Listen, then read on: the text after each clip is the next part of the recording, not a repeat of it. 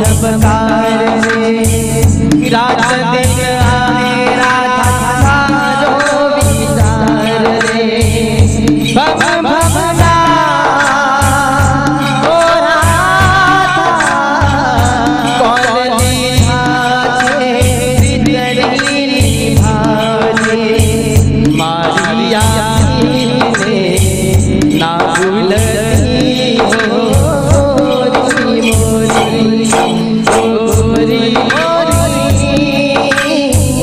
एक बार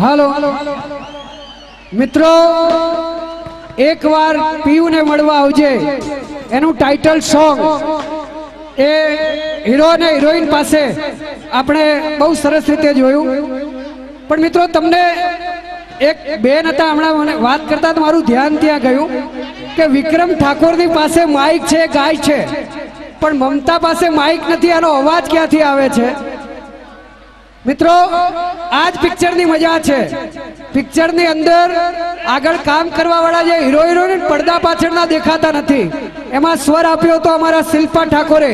એક જબરદસ્ત તાળીઓથી મિત્રો એને વધાવી લેજો, શિલ્પા ઠાકોરને. ક્યાં વાત હે. અમારા વિક્રમ ઠાકોરની જુગલબંધીમાં જેને અનેક ઓડિયો વિડિયો કેસેટોમાં અવાજ આપ્યો છે. મિત્રો મમતા સોની એને તમે ડાન્સર તરીકે જોઈ, પણ એનામાં જેટલી નાજુકતા છે એ ગુજરાતી લોક સાહિત્યકારના નાતે કહું કે ગુજરાતની દીકરી હોય એની જવાની કેવી હોય. જે જુવાની છે એની વાત કરું કે જુવાની એટલે ઉગતો આંબો, રાણનો કોલાબો, બારવટિયાની બરસી, જૂની વાળનો ભડકો, ભાદરવાનો તડકો, ઉડાડી આપમાં જાય, હંકેલી નખમાં હમાય, આ ઉગમણા વવાય તાથમણી નમે, આથમણા વવાય તો ઉગમણી નમે, અને કદાચ ચારે બાજુના વવાય તો ભાગીને ભૂકો થઈ જાય. આવી જવાની. અને એ મમતા સોની અહીં ઉપસ્થિત છે ત્યારે એને વિનંતી કરીએ કે તમને થોડી મોજ કરાવે. એના અવાજમાં પણ એક જાદુ છે. આઈએ મમતાજી.